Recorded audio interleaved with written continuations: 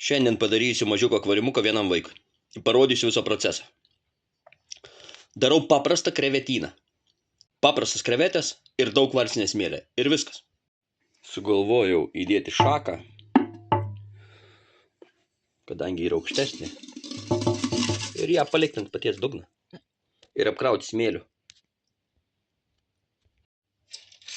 Smėlį iš dugno kabinu.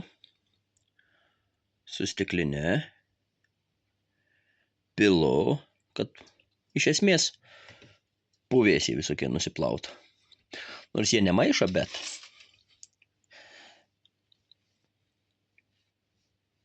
kabindams tu gali prikabinti daug supūsių lapų, kurių kaip ir nereikia, o man reikia svarbiausia sraigių. Kuo daugiau. O vieną akvariumą tiesiog iškratau. Tada va, nuplaunu. Pirminis vaizdas toks. Gruntą. 3 pirštai. Užteks. Galėčiau dar dėti daugiau. Galėčiau, galbūt. Bet aš nenoriu, kad ta šaka pasislėptų.